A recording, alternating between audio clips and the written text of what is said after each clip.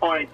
And I don't really think much of the Chamber of Commerce anymore. I don't really feel like the editorial board of the Tribune represents a majority of the residents of the county. So I kind of glanced at it. It seems to me to make more sense to have South County kind of extend out into East County.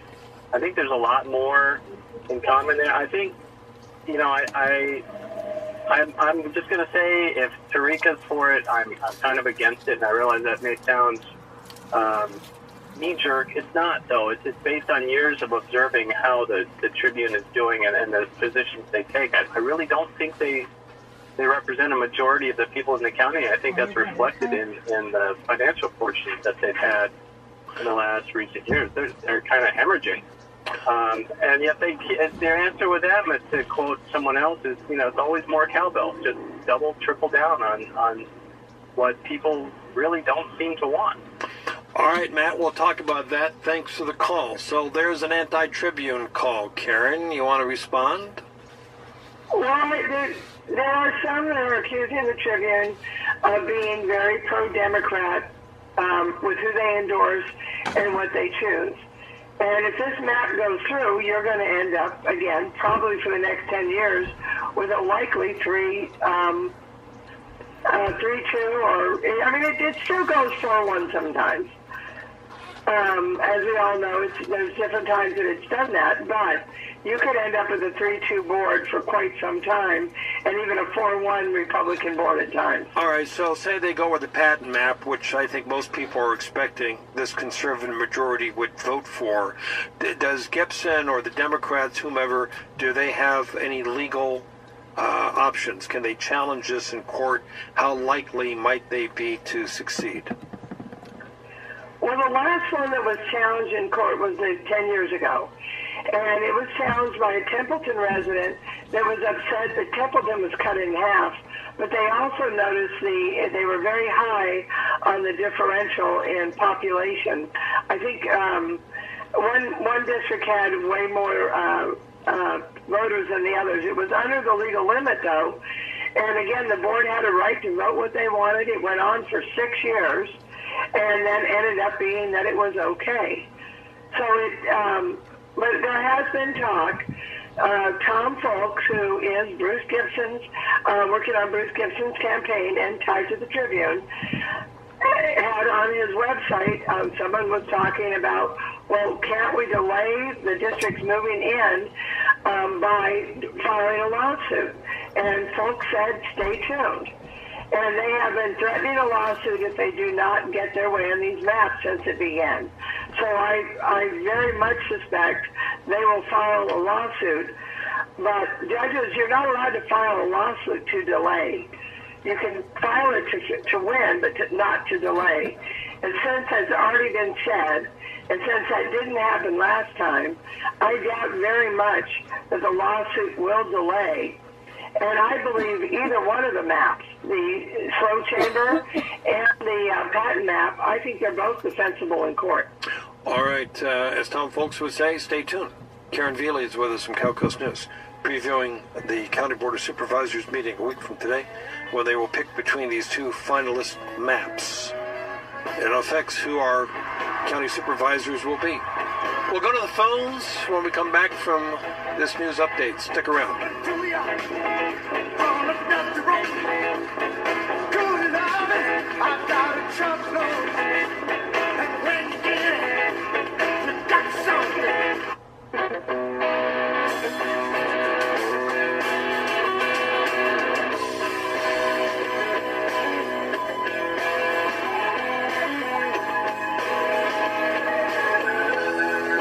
You're with Dave Congleton, and we are with Karen Veely from Cal Coast News. The website is calcoastnews.com, of course. Previewing the County Board of Supervisors meeting a week from today. If you want to join us in conversation, we welcome your phone calls for Karen, 805-543-8830 or 800-549-5832. Next Tuesday, the County Board of Supervisors picks one of two maps.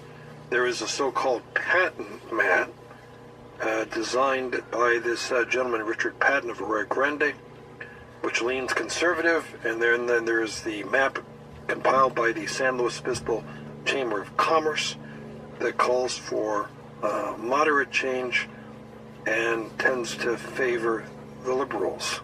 805-543-8830 or 800-549-5832. Karen, we have discussed what the Patton map might do to Bruce Gibson.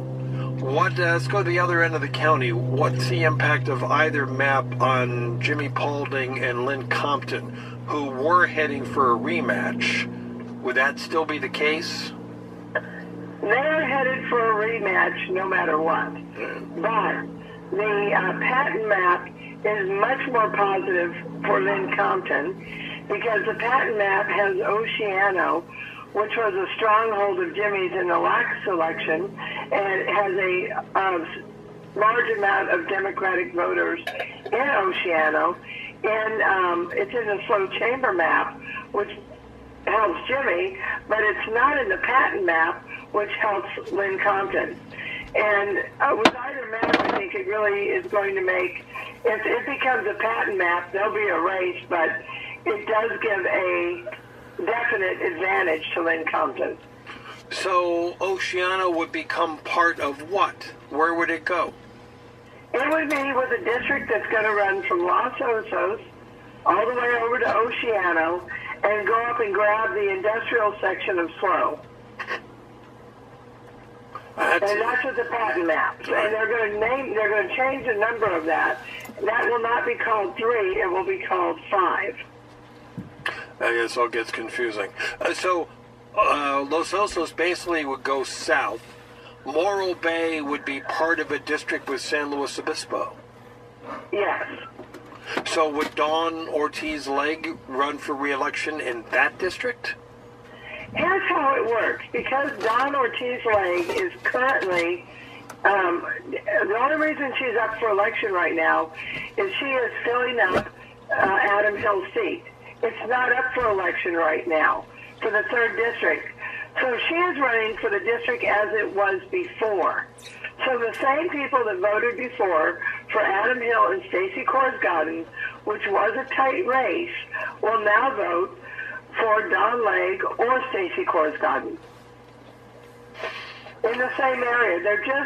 They're working to fill that seat, and this is good. It's kind of confusing, but that district will actually remain the same. If you live in Avila, which will then be District 5 with the new numbers, and you want to call your supervisor, you're still calling it until that district. You're still calling District 3 supervisor from before until the election more than 2 years from now. It's kind of confusing. It is. So let's talk to Alan. Hi, Alan. Yeah, it is confusing. Hi, Dave. Hi, Karen. When I thought originally they were saying that the Patton map wasn't going to split up SLO at all, now it still sounds like it's going to get chopped into a couple pieces. It is the only community or city that is broken up, and it's broken up into 2 slices instead of the 3 that it is now. Well, that's, to me, better. I wouldn't mind, would have liked it to be only 1. So where I'm at now is District 5, and on that end of SLO, and so that's going away. So you're saying now 5 is no longer north of me, but south of me with the new map. With the new map, well, 5 will be north. If you live in the Pomo, it's going to be north of you in Oceano, Grover Beach, those areas.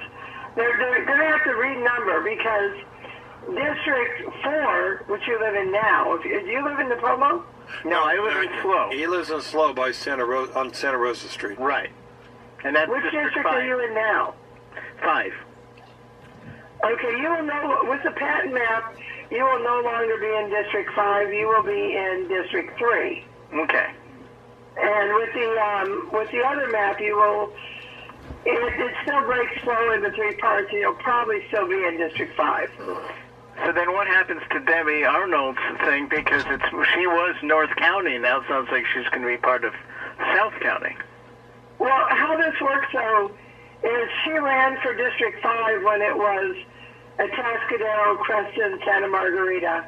She will continue to represent those until her seat comes back up for election. And she's already said she's not going to run for another term. No, she is not. Yeah. Okay. So I'll see whoever ends up in 3 or 5, depending on the decision they're making. Yeah, the whole thing is crazy. I would have liked to have seen Bruce and Gibson just be along the coast. That would have made sense. But it also makes sense not to have SLO split into 3 pieces. Yeah. All right, Alan, thank you very much for the call. 805-543-8830.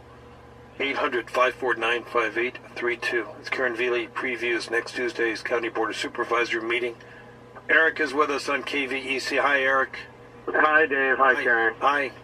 Hi. Hey, one of the things I hear you, Dave, keep mentioning is the Tribune, and I sent you some screenshots that pretty much shows that Tom Folks is kind of telling the Tribune what to write their articles about. How so? I mean, the one of the screenshot, he basically have Tom Folks mentioning him, and then him saying, yes, Joe is who I'm talking about. Yes, I have multiple articles coming out about this. So it really looks like they're in collusion with each other. The Tribune, Joe Tarica, and Tom Folks, Bruce Gibson. Well, let's be clear here, and I appreciate you sending this to me. What it really is Joe Tarica, it's a Facebook exchange. On redistricting. Yeah. Specifically about how we need to attack this map, which you just called the so-called Richard Patton map, and you didn't call the flow chamber map, which I know people in Atascadero helped make, progressives in Atascadero, and in fact... No, wait a minute. Eric, hang on. I didn't call it the so-called Patton map. I'm not attacking Mr. Patton. I'm just trying to figure out who he is. Isn't that not a legitimate question? It is, but he's also being attacked, and I actually stopped somebody at the supervisors meeting from attacking the wrong person, for someone from Templeton, because they thought he was Richard Patton. Yeah. That's why Richard Patton has gone into seclusion, is because people are attacking him. And I'm not in favor of that. I don't support that in any way, shape, or form. But I'd also like to know who the guy is, if he's going to be the guy designing the new county supervisor map. That's all. Yeah, I mean, I just took offense to the so-called because I also know that people in Atascadero, progressives, helped make the San Luis Chamber map, and that was actually, I can prove that. It's on record at the Board of Supervisors meeting. Well, Karen, let's go to Eric's original point that the Tribune pretty much is under the influence of Tom Folks. I don't know if they're under the influence of Tom Folks, but he is a contributor, and they do seem to have very similar, Tarica and Folks have very similar views if you read what they write on Facebook and in their editorials. They do very much agree on this. They very much have very similar views. All right. Eric, what else? No, I just wanted to bring that up because, I mean, and the other thing is the vitriol that happened. I was at the Board of Supervisors meeting, and like I told you, I stopped somebody from attacking the wrong person. There was a Templeton resident that went and spoke, and I actually stood in front of 2 women and had to back them down. That's not Richard Patton. And that's why I think Richard Patton has kind of faded out, because people are attacking him. He got attacked at that meeting over and over again. Well, that's not right. That's not right. And my problem is if we do this 10 years from now, are you going to want to submit a map if people are going to attack you over it? Or if you might have to go to a lawsuit over it? I mean, it takes away from the process that we're trying to implement. Well, maybe if we went the commissioner route, we wouldn't have had this problem. But the majority of California doesn't go that route. People keep pointing to Santa Barbara. Santa Barbara is getting gerrymandered beyond belief. It's one of, 2-3 counties that are doing that. So it's not a great argument, because it's really not happening over the state of California. All right. Eric, thanks for the call. Is he right, Karen? You have any thoughts on that? The idea of it sounds good, but the problem is you have a committee that it's probably going to have one side or the other stronger. Okay. And the one thing I do like about the supervisor process is it's out in public view. You get to see the maps as they're being created, as they're being changed, watch the process, and then those that are the majority elected then make the decision. 805-543-8830. Call toll free at 800-549-5832 for Karen Veely. We've got April. Hi, April. Good evening, you guys. I have just 2 quick points I wanted to make. Sure. First off, I was in the BOS room the whole time that this meeting took place, in the morning and the afternoon. There were brief times where I was in the lobby, but overall it was standing room only, especially in the beginning, and I stood towards the back near the doors, literally right next to Mr. Patton and Mr. Graybell, whatever his name is. Graywall. And Graywall, thank you, I appreciate that. Mr. Patton was treated very deferentially by so many people who came up and thanked him or pointed out, hey, I support your map, or hey, did you hear what I say? I'm supporting this. I believe in this. He was treated so deferentially that I'm really surprised to hear these things. The second point I want to make is I am the person who said to Mr. Graywall, you're an entitled old man, because he wasn't wearing his mask. It had nothing to do with the map. It had nothing to do with the redistricting, nothing at all. I said, look at you and all these other old white men in this room refusing to wear your mask. That's what that was about. So you can twist it and say it was about the redistricting. And I'm not even Latina. And that's not true, that part. So I really appreciate Karen's report. I value Cal Coast News implicitly, but that was factually incorrect because I am the person who said that, and the facts around it that Karen reported are not true. Karen. They have told me more than one person walked up to them, and they are claiming also a Latina person walked up to them and made that comment. But they did say they had more than one person make comments to them about their race. So that, what a coincidence. I'm the only person at that time, as we broke for lunch, who said that. But now multiple people said it. But Mr. Graywell is the only person who substantiates that, because it wasn't true. Aline Villa was with me, and she's a Latina who is an Oceano, but she didn't say any of those things. And she, in fact, with Lucia, said, hey, let's get away from this because he's escalating. Well, let's hang on a second, because we've got Eric back on the line to respond. Eric? Eric? No, I got Bob. I'm sorry. I got to let you go. Sorry, Bob. Eric is with us. Eric. That was all. I just wanted to set the record. Well, hang on, April. Eric, go ahead. So he was an entitled, white, privileged old man that happens to be from India. So that's the humor that I just found in this comment. The man's Indian. Was refusing to wear a mask indoors. So is he wearing? So he's an entitled, white, privileged man. Again, the topic is he refused to wear a mask. He's from India. Okay. Hey. This works best one at a time. So, Eric, was he wearing a mask or not wearing a mask? He had a silk scarf that he was wearing. I wasn't watching him because he was in the back. I was in the front. All right. And now my turn, if I can tell you, sure. My Facebook post, you will see it. I posted several photos of him, Mr. Patton, of our supervisor in District 4, lots of people refusing to wear masks indoors. That's what that comment was from me about. And my Facebook post proved that. All right. April, thank you for calling in. Anything else you'd say about April's call, Karen? Well, this is what I'm telling you. Both sides are claiming the other side is doing things. Bruce Gibson claims that John Pashan, Debbie, and Lynn are claiming the election was wrong, and they're putting out the big lie. And they're saying, we've never said that. You're the one saying it. Well, you're not with them every moment, but this has been very common. One person saying this person said this, and the other person saying this person said or did this. It's very hard to tell who's telling the truth every time. All right. We got Bob on St. Louis. Hey, Bob. I have a question for Karen. Is there any place, and can you put up a link, where you can actually see the maps in detail? every news report I've seen that doesn't have that PDF interactivity, so I should be able to look at the whole county, and I should be able to zoom in on my street. Karen? Oh, no, there is not one where you can zoom in on your street. But where do you live? Well, I live in San Luis Obispo. I know which district I am in under either proposed map. But my question is, I'd like to see how they zigzag through, communities. And there isn't a street-by-street map that I know of.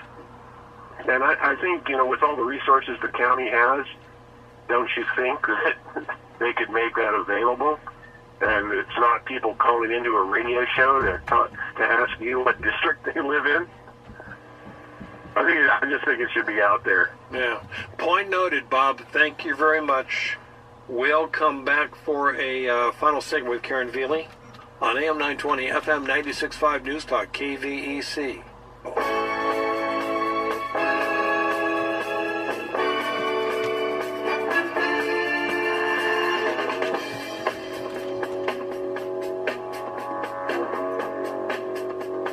In regards to the last call we had from Bob, Tom at Atascadero on the Stolberg line, Karen says, redistrict maps are zoomable, street-by-street map links were posted in a Tribune article last week. You aware of that? No, I was not. All right. So, but I think if people want to look, that's a great place to go. if you want in on the conversation with Karen, we would need to hear from you now, please. 805-543-8830 is the primary number as Karen previews the County Board of Supervisors meeting next Tuesday. Also on the Stolberg line, county Republicans are getting more and more radicalized and are no longer attracting new voters for their cause. Biden won the county by 10 percentage points. Comment on that, Karen? Well, I think it was, it's more than just a breakup between Republicans and Democrats that causes someone to win a vote. California used to be, and we're talking decades ago, we were known to vote for the best person, not the party. But right now, it's very divisive. What about the tone? But at this current time, we have three Republican supervisors that were legally elected, and so the county has shown that they voted in three conservative supervisors. All right, but in our couple minutes that we have left here, what about the tone of all this? I mean, we saw nastiness last May at the County Board of Supervisors meeting with a whole debate over Tommy Gung. I fear that we're going to get that again next Tuesday.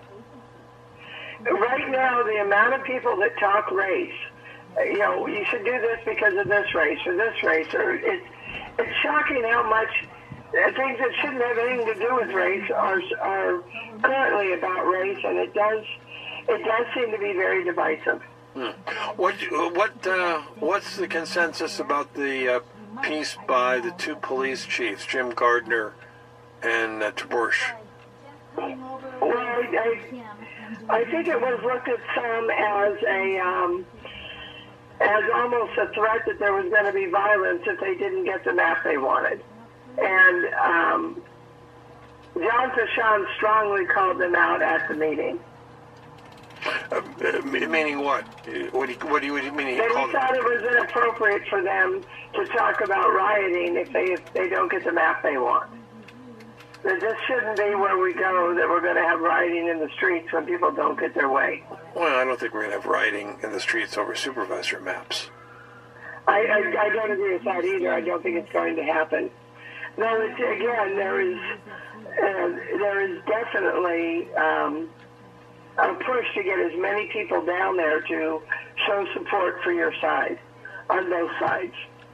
And so all this happens next Tuesday. Obviously, if you have an opinion, you should be emailing your supervisor before Tuesday and let your voice be heard.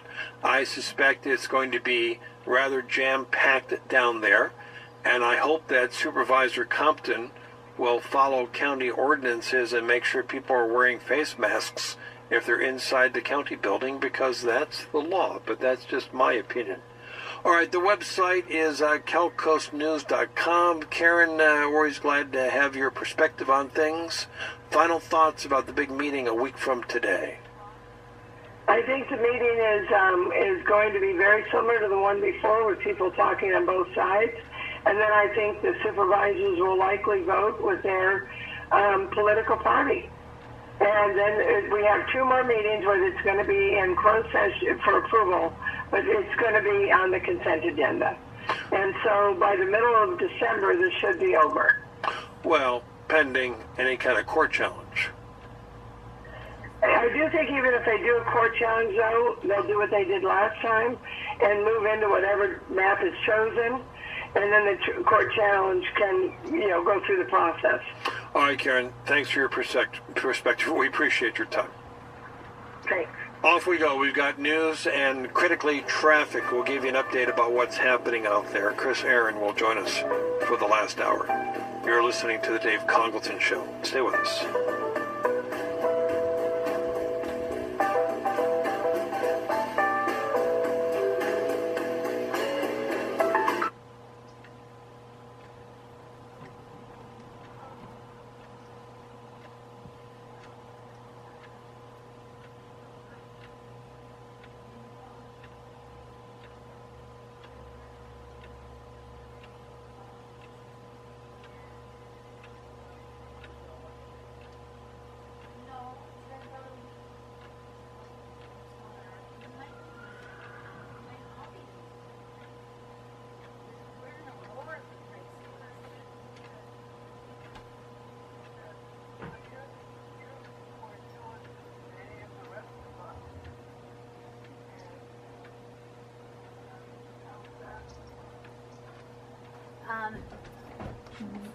Well, hold on.